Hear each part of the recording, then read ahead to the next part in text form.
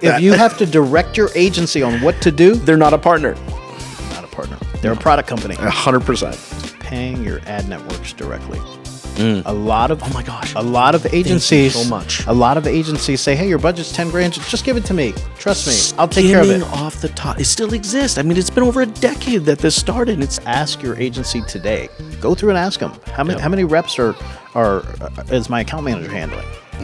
How do we pay our ad budgets? I mean, just ask the questions. Can I send you my OEM reports? They're not going to know what to do with them. Yeah. That and a lot of the other companies, I'll leave them nameless here, show canned reports or reports that always show that things are great. Everything's green. Everything is thumbs up. It's always great. That's the kicker. Like that's actually a good point. By the way, just real quick, so I find love rabbit holes.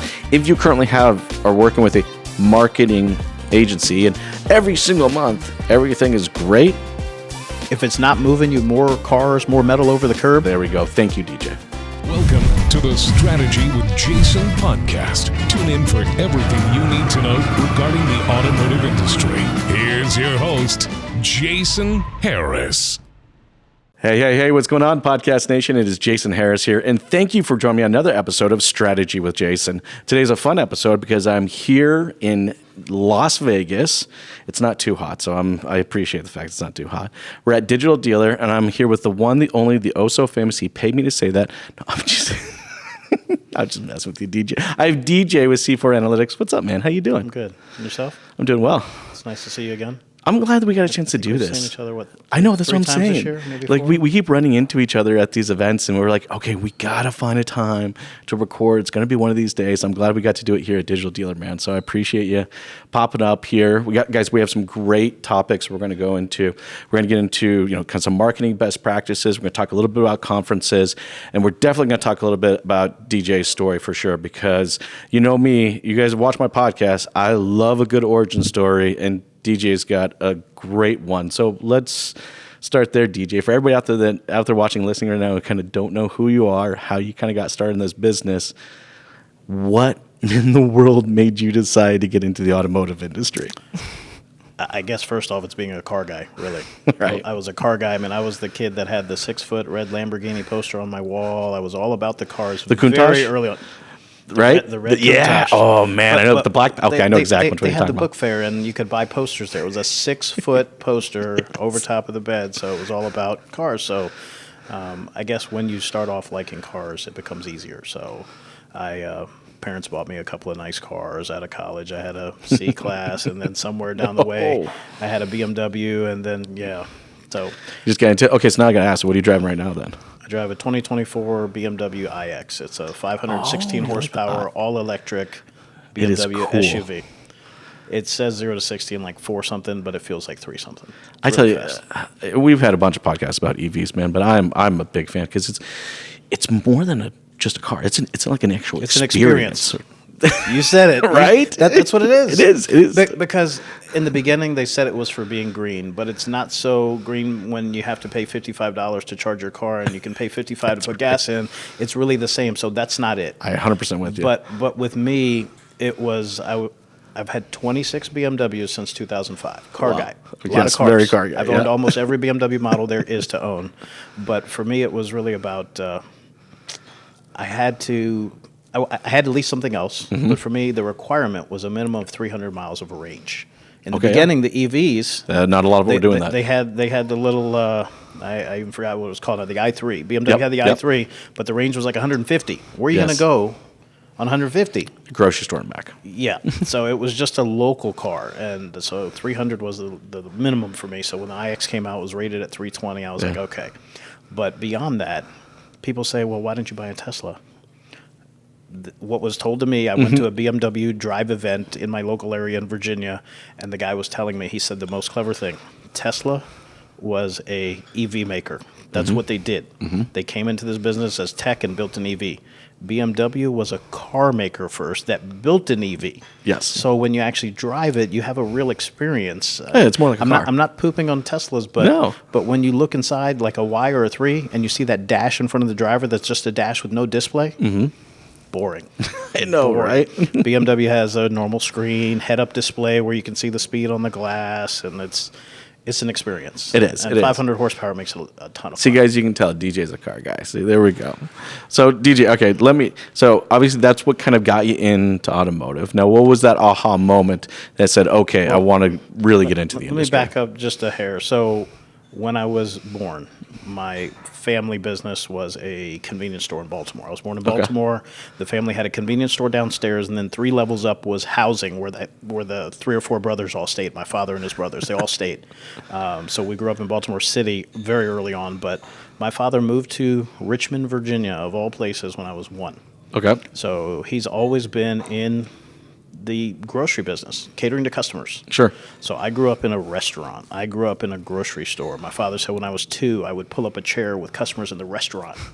So you were a people person. I was a people person from the beginning. So I tell everyone it's in my blood. Like I'm meant to sell something. Yeah. So like when my father had a grocery store, the rest of my child life, in 2nd grade, I'm on the cash register, ringing people up, giving them change. So that I got some of my math connecting from with there. people, connecting with people, and dealing with numbers and stuff. So sales is in me. So I felt like it was random, but a natural fit. So when I went to college as a mass comm major. Okay. I went to a couple of schools, but ended up in Towson University. I graduated from Towson with a degree in mass comm, and out of college, right out, I opened up an auto parts store. Fast and the Furious was a big thing then. Oh yeah, rims, tires, exhausts. So what? I had an S2000. I get it. What started for me was I had a Mercedes that my parents got for me, and I wanted to put rims on it. Okay. So I started calling around, and I found this one particular vendor in Ohio somewhere that got me a really good deal on some wheels. And I said, you know what? These rims are so cheap. I could buy these and flip them and make a business out of it. Okay. So I got rims for my car, my sister's car. Next thing you know, I was like, hey, send me a couple extra sets. Yeah. So right out of college, my parents had their grocery store. I turned their stock room into a storefront. Oh. I put glass doors on the metal doors and just got signage and got a business license and opened up a business selling car parts to the local kids in the community. I love it. So that was right out of college. And then got to a certain point, the internet was getting bigger. I wasn't online. Sure. I wasn't taking credit cards. It was more of a local hobby. thing. Yeah. So I said, let me go with my degree. I went to the local TV station, filled out an application. I knew one of the broadcast journalists from the evening news. I see him at the gym. So I said, hey, Juan, help me out. Can you get me an interview? Yeah, easy, done. Got me an interview. Went in, interviewed. They said, hey, we like you. We'll hire you. $6.50 an hour, 20 hours a week. Everybody starts off as a part-time production assistant. Wow. I was like, I'm getting ready to buy a house. I'm getting ready to get married. Yeah, how am I going to live with on this? $100 a week? Yeah. So I went to my local BMW store because my parents had helped me buy an M3 from there. I had bought an M3 convertible. Nice. 2004, I bought an E46 M3 convertible, Laguna Seca Blue. Best year. Honestly, in my opinion, I know some people out there, you're M3 fans, you are going to disagree with me. I consider that to be the best one built. What I fell in love with was the E36 M3 sedan when they first made it. Oh, yes. So I went to the showroom. That style is like so iconic. I didn't have a driver's license at the time, 14, 15. I was with my parents, and I was like, oh, my God, this car is amazing. Yeah. And so I had the E46, and so I went to my local BMW store because of the BMW I owned.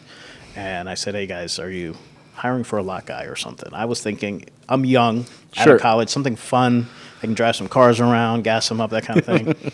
The general manager said, no, we got a sales job, though. He's like, when you bought your car, nobody did a delivery with you because you knew more than all the salespeople, so I would be glad to hire you as a salesperson. Oh, dude, there you go. So I said, let me think about it, went home, and I called him a week later and said, okay, fine, let's do sales. Let's do it. In my mind, I had this stereotype that car sales guys are typically older, and I'm a younger guy. And I'm were you like going out to find a plaid jacket and all that good stuff? No? Not quite. But so I took the sales job, and like I told you earlier, natural fit. Oh, yeah. 6 months in. Because your passion for cars and selling and people. Oh, yeah, selling and being so personable with your parents' store and stuff like that. Yeah, that makes sense, man. So it was a natural fit. So I sold cars for 6 months, and I was on the internet team. And then 6 more months on the internet team. That's early, because that would have been when? 2005 November is when I started. Yeah, so that's still pretty new. Yeah. Internet departments were really just kind of becoming a thing. They were just around kind of then. becoming a Yep. thing, and there was no templates. No. Everything was manual. Just figuring it out Create kinda as your you own. go. Yeah, Yep. exactly. Yeah. There was no copy and paste then. No. It was create it. But so a year in, I was internet director, and they said, "Hey, DJ, we want you to take on a team of other internet reps, train them up, but you still sell cars." So, and then I was meeting with the GM. We were talking about closing rates and how much of the business is coming from internet that's closing in the store Yeah. and close ratios and that kind of thing. So, Well, they were pretty proactive with this then, because that's 2005. They were really thinking about it. That's cool. so like 2000, maybe 6, 7 to like 2009, I hit salesperson of the month like 21 times at my BMW store. Doesn't surprise me. My CSI. All for- because of a 6-foot Countach Buddy. Lamborghini You gotta start poster. somewhere. Hey, You gotta start I love it. somewhere. I love it. So, but what it was I got 2008 was like a stellar year. It was a tough year in the Yeah, business. the business, man. I A lot remember of people 08. felt a pinch, but Yeah. but of all the salespeople in my dealership, I think highest units and highest gross was me. Wow. For the year. That was a rough year. So I worked for Richmond BMW at the time, which was part of Crown Automotive. Crown Automotive had like 10 or 11 stores, North Carolina, Virginia. Mm-hmm. So they had an annual reception called the Master Sales Guild. So I got to go to that. So I got to go to Carolina, prizes, take Mm-hmm. my wife, dinner, the whole nine. So you really fell in love. I mean, dude, it got into your skin and your blood at this point, right? You're like, I'm in. That's Let's it. go. That's it. I mean, Yeah. when you just find your natural thing. And people asked me at the sales guild, like other sales reps came up to me and said, "Hey, I seen your numbers. They look good. What's your secret?" Yeah. And I'm like, really, it's passion. Yeah. If you're passionate about what you sell, then it comes easy. It But is. if you're Well, not, it's the opposite. 100%. And I'm kind of the same way, right? When I was a kid, it was all about Hot Wheels. My dad in the 80s, we sold baseball cards on the road. So that's how I learned. So similar to your story about with your parents, store. Yeah. That's where I learned to sell, was going to card shows, and like it was my job to like grab the young kid and let the dad talk to my dad, and I'd entertain the young kid with comic books and Marvel cards and stuff like that. It's Yeah. like, so yeah, no, but dude, I always loved cars. So it's cool that we got to be able to go do what we love doing. I love being around cars, and so it was natural for me as well. So that doesn't surprise me, man. Yeah, so I did the internet thing and did it really well. And then 09, I think it was late 09, Asbury bought our group. Okay. Asbury came in, 80-store group, fifth largest group in the nation. Good at the operators, time. man. Yeah, real good so, operators. So they came in and they bought our store. So they bought our group. And then they hired a new corporate structure for internet. So one of the guys from Crown was now leading the corporate internet team. And they came over to me and they said, "Hey, you're crushing it. We want to hire you in corporate. Come work Nice. for us at Asbury Corporate." So they told me about it kind of a little bit ahead and gave me some time to think. They said, "You're going to be traveling a little bit." And so long story short, I accepted the job and I got 13 dealerships assigned to me. Cool. I was responsible for all e-commerce operations, website, internet sales, training internet sales personnel, managing internet processes, that kind of thing. Yeah.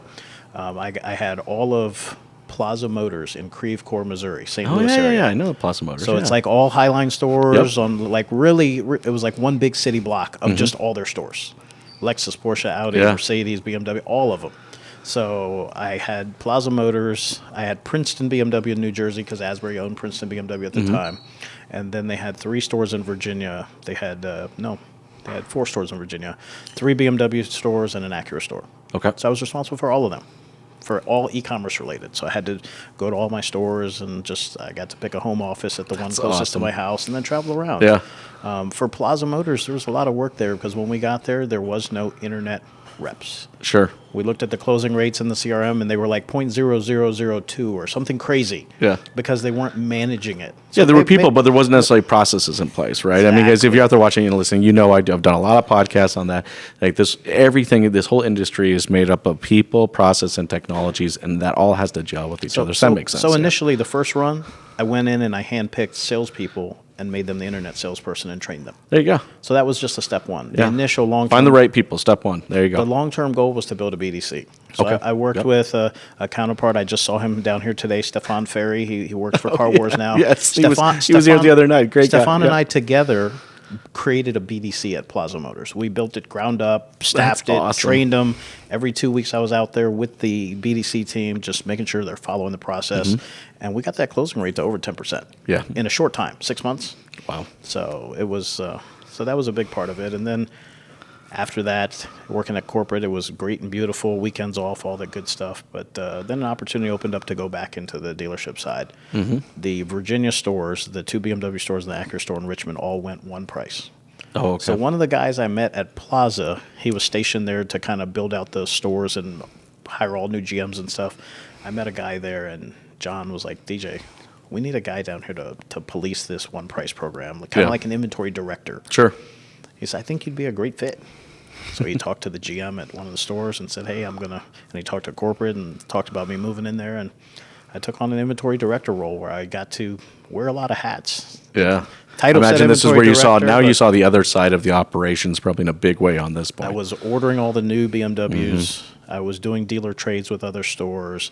I was starting to buy cars at Manheim. I was managing all the used car pricing for 3 stores where we operated on a bucket system. We changed prices on all the used cars at 15 days, 30 days, 45 days. Asbury maintained a hard 60-day turn on used cars. So if you didn't retail that car in 60 days, you had to put a sticker on it, put it out back, and they were coming to get it. Sure. And you would take whatever loss you take on that car because you didn't retail it. So Yeah. the idea I worked really closely with the GM on making sure that we were priced on the money on used cars. Gotcha. So when that car hit 45 days, if it wasn't your core product, So that's what really got you into that side of the operations. you were either even on the price or you were losing money because that retail sale is always better than that wholesale sale course. because you're getting your dock fee, you're getting the opportunity to collect some back end and some rate. And So now you really got to see the process side of it because that is all process. The only way that kind of machine is consistently moving the way it needs to is you just have to have a well-developed process to do that. so after I got in the inventory director role, then I guess they teased me a little bit, and a sales manager left, and they said, hey, why don't you take his seat? You can work up front desk deal. So I'm in the manager's role, and I was like, man, this is like a great fit, like helping other people do what I started doing years prior. Yeah. And it was great, but I was a manager by title, and I was doing a manager's duties, but I wasn't getting compensated as a manager. Sure. So I went to the GM and I said, hey, we got to talk about this. And 2 days later, they said, hey, we spoke about it. We're going to offer you 2 options. Either we can shake hands and part as friends. You've been here 8 years, but we're going to walk away from you. Yeah. Or you can start off and start selling cars again. Wow. Mind-blowing. How do you take top talent? You know what? That's horrible. But I hate to say it. It's not the first time I've heard a similar story, unfortunately, like that. Anyway, sorry, continue. No, but it's just, it was mind-blowing. They called another manager into the room. See, we had a BMW mini store side by side, but Yep. they were connected. There was a doorway in between. Yeah. So the mini manager, he and I got pretty close. And right after that happened, he pulled me aside and said, hey, if you want, you can just come over and sell minis with me. You can work directly with me. It's like, you know what? Yeah, let's do that. It was a big demotion, but I wasn't the guy that's going to say, okay, yeah, let's just shake hands and I'll just quit. Sure. Because then I'm unemployed. I didn't want to be unemployed. Yeah. So I took the sales job, but gave myself a 6-month window to find something better. Gotcha. So I went and I sold minis for a year and a half, and I crushed it selling minis. I got to learn a new brand and a different They're customer fun little base. cars, yeah. And that's what I did for 6 months exactly. And then I had met a guy along the way. See, so when I say met a guy along the way, it really brings up a whole other point. It's total off topic. Yeah. This is a relationship business. 100% it is. Not only just with our customers, but also internally. Everything. Absolutely. Everything. Yep. So, like, I met this gentleman years ago when I was at Dealer Track. And, not when I was at Dealer Track. Prior to, I met a Dealer Track rep. Yep. And I reached out to him and I said, hey, I'm looking for something else. I know inventory. I use your AAX product, which was their inventory tool at the time. I remember that. This. Yeah. I said, I know this product in and out.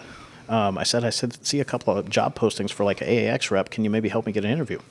Boom, interview. So the interview was for a North Jersey territory. And my wife and I, we took a ride up to North Jersey, looked at houses, thinking like, hey, if we got to move here. And I didn't like the options of where to live Sure. and where the reach of the stores was. Yeah. So I told him, I said, guys, I like the job, but just if you get another territory, let me know. Yep. And Long Island opened up. My wife, born and raised in Long Island. Oh, there you go. And it was like going back to her roots. And I said, honey, what do you think? And we went and we looked at houses, and we couldn't find anything, but her parents lived up there at the time. They lived in Long Island and Amityville. So that's home. So we had talked to her parents, and I went and I interviewed, and before I even got dropped off at the airport, they called and said, hey, you got the job. There you go. So it was an opportunity to leave the store, but I had to actually move. So that's what got you over to the vendor side. I'm curious, what got you kind of interested on the marketing aspect of the vendor side? It wasn't. There wasn't. It wasn't. It just kind of happened. It happened. That's nice. Yeah. Sometimes certain situations just get you there. So Yeah. like But it makes sense though, because your background in the operations really got you to kind of understand what a dealership went through. Your background in internet operations really showed. Well, it's like, hey, like it's the marketing that's ultimately bringing me these leads. So when I went to Dealer Track, I did the AAX support thing. I did it for a year and a half. I moved to Long Island, and we got a house and all that. It was great, but it was too expensive. $3,500 to rent a 3-bedroom spot. It was crazy. So I talked to the people at Dealer Track higher up, and I said, hey, is there an opportunity that maybe I could relocate, take a different role, and get maybe like closer to my family, something like that? And I talked to a gentleman, and he said, hey, I have nothing right now, but maybe soon. And then within like 2 months, the guy's like, hey, I got a role. I got a key account manager role, and you can live anywhere like within this pocket, Virginia, Maryland area. I was like, really? There you So go. we went down, and I talked to my wife, and I said, hey, we moved to New York to be like, we moved to Long Island so we can be close enough to Manhattan and like to have fun. Yeah. So we took the opportunity, and I moved to Northern Virginia, where I live now for 10 years now. Beautiful place. Because when we want to go to D.C., it's only an hour ride. Sure. So like we're near the city, but we're not in the city. Yeah. We don't want to be in. Nobody the city. wants to be in the city. So I took an opportunity there to do that, and then Cox bought Dealer Track along that way, and there were a lot of periods of layoffs and things happening, and they were canceling our jobs. They said That's happened a few times. So is that when you met C4 Analytics? And almost. Yeah. December 2016, they said they were deleting our jobs, so I took a job with Vin Solutions in order to stay with the company. Sure. I hit President's Club in 16. The only way I was going to go on the President's Club trip is if I was an employee. So if they deleted my job and I didn't find another job, then I wouldn't be going to Mexico. Yeah. So I went over to Vin Solutions, and then I went to the Ritz-Carlton trip and all that, and I did that for a year and a half, and then they let me go. Yeah. April of 18. Yeah. So April of 18, I find myself unemployed. Didn't expect it. Didn't know where to go, and I started applying. Sure. I think my spreadsheet had 200 different places I applied to. Oh my gosh. Places that told me like, "Hey, we'll give you an offer," and then it never came. And I mean, everybody knows that. Everybody has seen. Dude. The job A industry bunch of people watching, is listening. tough. That's happened 100%. But I had a headhunter put a packet together and send it over to C4, and Mike Weiss, our co-founder and CEO, he's downstairs here, and he reached out to me. We set up a phone interview. We talked for, I think it was an hour and a half. First time ever. I'm sitting on my front stoop. I can visualize it now. Like I know exactly where I was at my house, and I was outside talking to Mike, and we get to talking, and he's like, Mike, I really don't know marketing. I said, I know the car business. That's okay, because you know people. I know people. Yes. I know sales, and I know the auto industry. I know how to talk to car dealers. Yeah. You can learn the marketing side. And Mike was like, I don't care.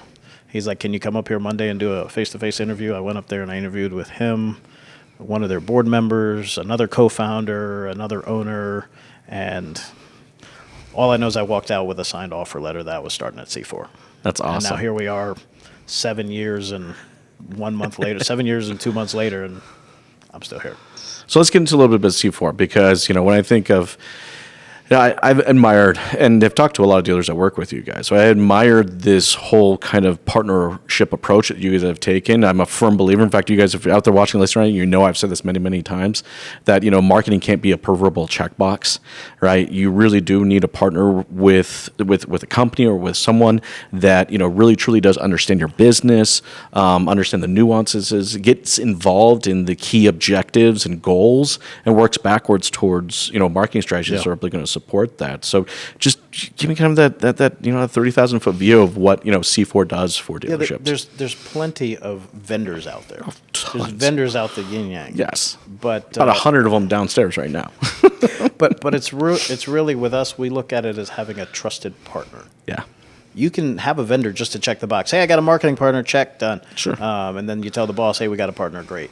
But it's someone who wants to see the vision with you on, hey, where are we today? Where do we need to be? How are we going to get there? Okay, we want to be in lockstep with you and see you through that journey. Mm-hmm. So like real case story, we worked with a dealer in New Jersey, a Honda store, years ago. Yep. And the dealer was number 9 when he started with C4. And when I was there, I think the top position he got to during the pandemic was like 3 or 4 in the country. Wow. So it's not just like, hey, That's partnering with their help me success. sell 5 more cars, Yeah. help me increase 5 more places in my national ranking. It's different. Yeah. It's different. So most vendors, most Yes. marketing vendors want to meet with their dealers once a month. Sure. They book that first call, first week of the month. Hey, what are your programs, rates, incentives, offers? Okay, great. I'll get them on the website. Thanks. See you next month. Yeah. Or the worst thing they do is they'll ask you, what do you want to do? That is in our pitch. literally hate that. If you have to direct your agency on what to do, They're not a partner. not a partner. They're a product company. 100%. So it's really about, like I said, it's looking at that holistic view, coming up with an actual strategic marketing plan, which is different. So we meet with our dealers weekly. So everybody else can do the monthly thing weekly. I talked to a dealer down here who says, man, I love my weekly calls. So we meet with you weekly, but it's not just meeting weekly and, hey, what are the numbers?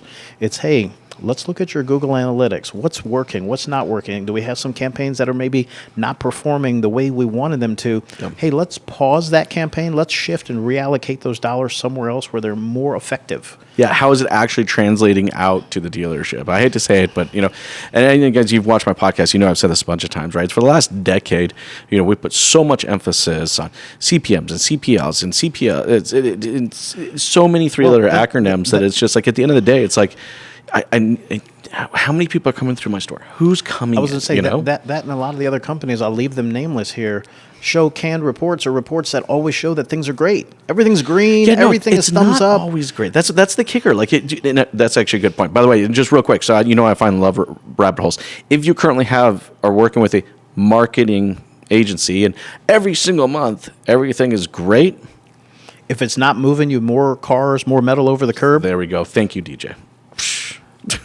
No, but I talk to dealers day in and day out that tell me, hey, everything they show me is great, but it's not selling me more cars. Yes. Because that's the real ROI right there. That's it. I need to move metal, and marketing 100% can help with that, but you got to partner with a dealership to understand.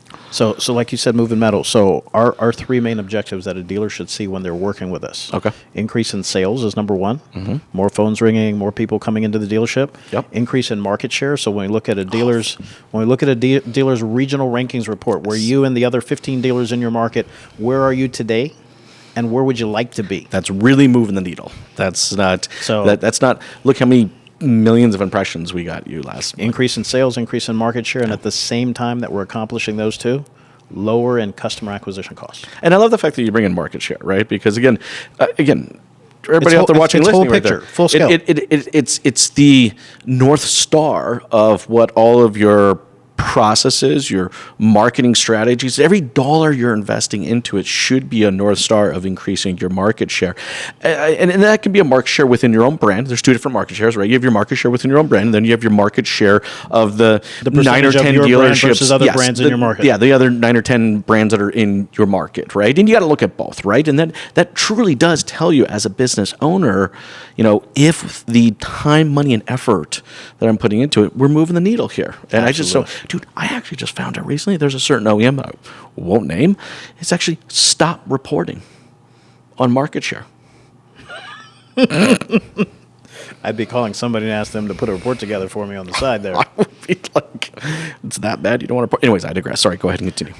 Yeah, I just totally lost the train of thought on where we were right there. Well, let's get into some best practices. Yeah, exactly. So rooftop count. So when we do our presentations with our dealers, our intro presentations, rooftop count is like the first thing. We are 10 rooftops per account manager. I know for a fact in my previous days at my last company There are other companies in my space that 80 to 90 rooftops for account manager is the norm. There are still companies out there that operate like that. I have a friend, industry buddy, who called me, who works at one of my competitors. He says, DJ, we're at 60 to 70 accounts. This is crazy. So picture this. The same thing I tell a dealer. If I've got to talk to you and 79 other people every month, how much time do you think a vendor's really going to give you? How intimate can I get with your operational goals and objectives when I got 70 or 69 other, companies that I got to be contacting and doing as well? It's just, no, you're right. That does say a lot. That's a proverbial checkbox. It allows for a truly high-touch, white glove experience where I can actually have time to develop a relationship with you. All of our account managers are fully Google certified. Everybody's certified in all the different disciplines of Google. But one thing on the Google part. So one thing we did a long time ago, Google used to have an AdWords call center in Ann Arbor, Michigan. I remember that, when they moved it to Detroit. A bunch of the guys didn't want to go because of the relationship C4 had with Google. We hired 19 folks, guys and gals, out of the Google office. Good call. And they now work at C4, and we built an office for them right there in Ann Arbor, Michigan. So you're talking about some of the best and brightest guys and gals that are managing our dealers' ad dollars right there in Ann Arbor. So when we mention Google, I always have to touch on that because it's a differentiator. It's a key differentiator. 100%. Experience is everything. I think in marketing, experience is everything. I mean, it's just like, yes, there are buttons and levers that we have to push. By the way, there's no magical one. So when a dealer, you call your company, you're like, can you just turn that up? It doesn't exist. But I wish there was. I wish there was. But a lot of other companies will only really have like one certified individual at the very top. And then they have 100 employees down below that are just catching their knowledge from the top. But it's like... You can't really do the same job if you don't know what you're doing. Well, and you can't embrace that whole partnership mentality if you're not going to be giving a well-experienced individual as a key contact person in that dealership.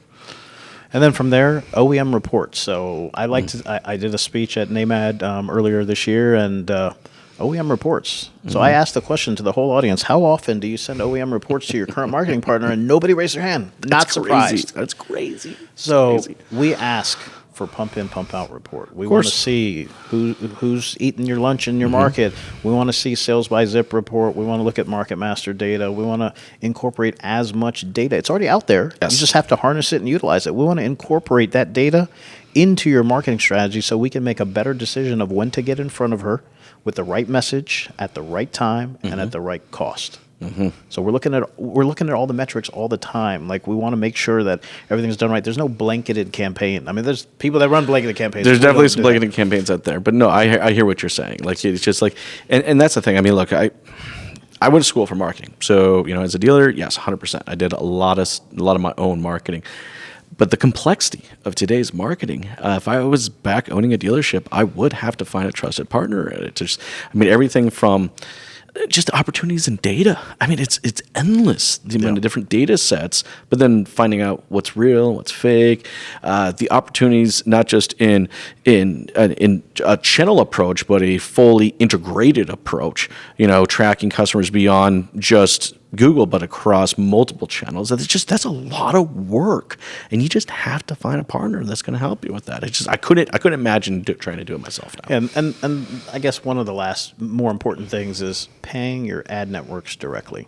A lot of a lot of agencies Thank you so much. A lot of agencies say, "Hey, your budget's $10,000. Just give it to me. Trust me, I'll take care of it." Off the top, it still exists. I mean, it's been over a decade that this started, and it's still. Anyways, continue. We take a dealer's credit card, put it on file at Bing, at Google, at Facebook and YouTube and all the different ad platforms. So that their spend is their spend. Their spend is their spend. Yeah. We charge management fee, but it's of course it's post month afterwards when we know the spend amount. Yeah. If I give you an ad budget of $10,000 and charge a management fee on $10,000, and we get halfway through the month, towards the end of the month, and you only spend $7,500, how am I going to know?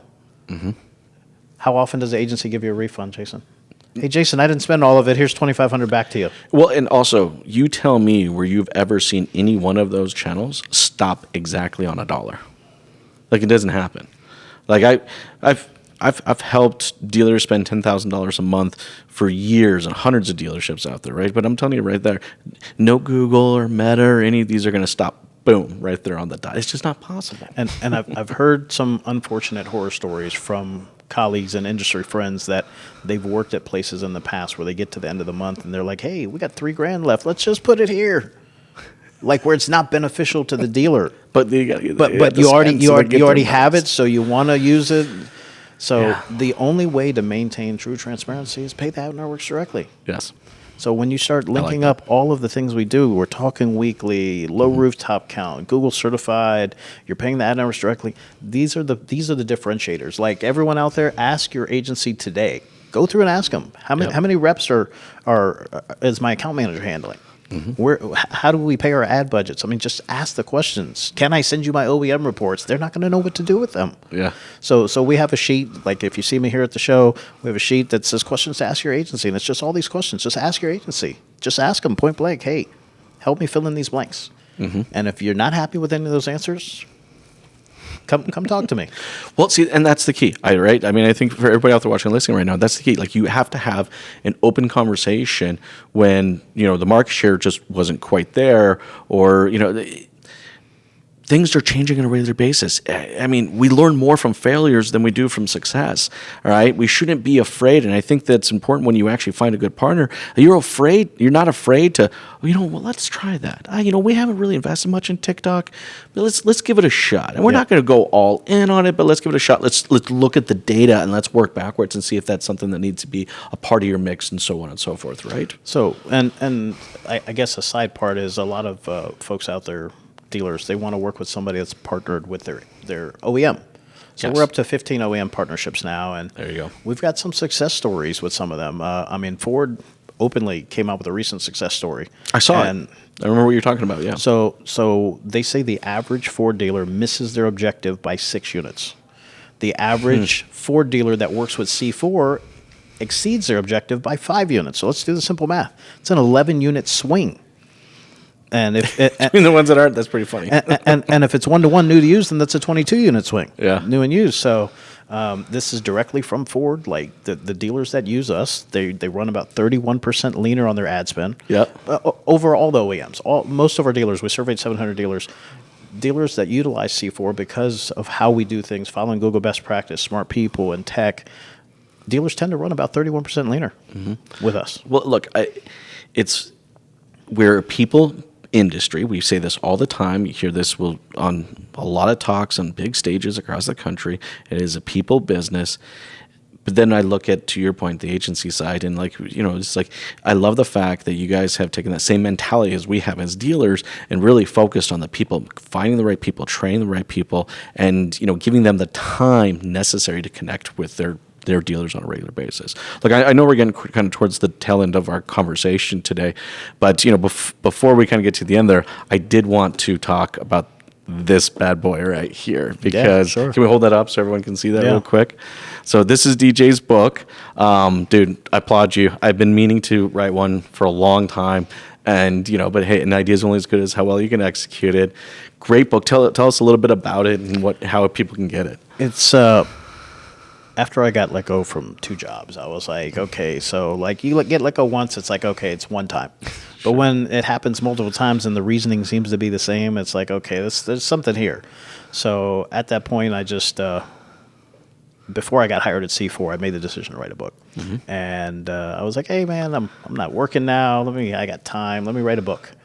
And after I got hired here, it ended up being 2 years and 5 months writing this thing. That's cool. I thought I was going to write it in like 3 or 4 months. Yeah, right. You have all these ideas, and it's really, outline and breaking it all out. But so I had some tough times in automotive, yes, but I also had tough times like in my family and my culture. I'm Indian. I'm American-born Indian. Parents from India, not feathers. I got bullied in kindergarten about being Native American. I imagine. So the book really goes into my childhood, how my family came to this country, and the challenges I faced in school, the challenges I faced growing up, getting bullied, all that. Then getting married. When I wanted to get. I told my parents, I even told my now wife when we were friends in high school that I'm going to get an arranged marriage. I'm Indian. My parents are going to take me to India. They're going to help me find a bride, all this stuff. And then, so I don't want to spoil it too much, but the story of how I met my now wife and the challenges because my parents didn't want me to date somebody outside of my race, that whole thing is in here. Yeah. Like it's our co-founder, Justin, read an advanced copy of my book here, and he wrote the preface of the book, and he said that was his favorite chapter, the chapter of how I met my wife. So it's just a good read, but it's meant to maybe inspire someone in a similar situation, someone who's going through what I went through already, and there's some takeaways at the end of every chapter, like my observation of what happened in this chapter, maybe something I could have done different, and like my whole thing in working is like planting routes. I don't work anywhere to hop. Yep. I've seen plenty of resumes where people in the last, I can't even do the math, 2005, 20 years I've worked in 20 years. 20 years I've worked in 3 places. Yeah. I have friends that have worked in 10 or 15 easy. in that time. Yeah. So like with me, it's always about going somewhere and just like stretching, planning routes, and being there. That's awesome. Like when I started here, the founders here told me, hey, we don't want you to leave.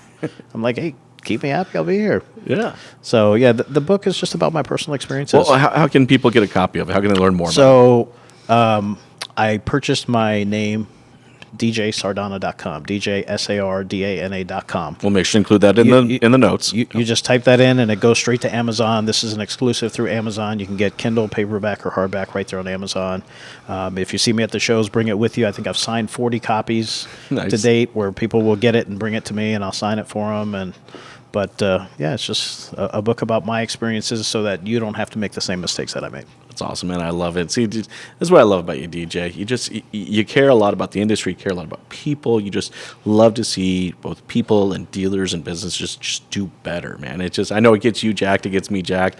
That's why I think that's why we connected, man, because it was just like, yes, we're in that same mindset. I just told a guy in the airport the other day, it's free to be kind. That's a good one. I'm in the line to get on the plane, and the pilot comes up from, I guess, his walk around, Yeah. and he's like waiting. I'm like, go ahead, sir. Go ahead, hop on the plane. And he went in front of me. I'm like, it's free to be kind. Yeah. Like, It ain't really, gonna cost you anything. It's I love insane. it. I love it. Hey, guys, thank you so much for taking the time to watch today's episode. Hey, one of the biggest compliment you can give, me and DJ as content creators is share the show. Okay, if you got a friend or a colleague or a manager that needs to see some portion of today's conversation, share the show. It's literally the biggest compliment that you can give us. DJ, man, thank you so much. This has been a lot of fun. For everybody out there watching and listening, we appreciate you. Thank you and have a wonderful day. Thanks for tuning in to the Strategy with Jason podcast with your host, Jason Harris. Remember to like, comment, and subscribe. Happy podcasting.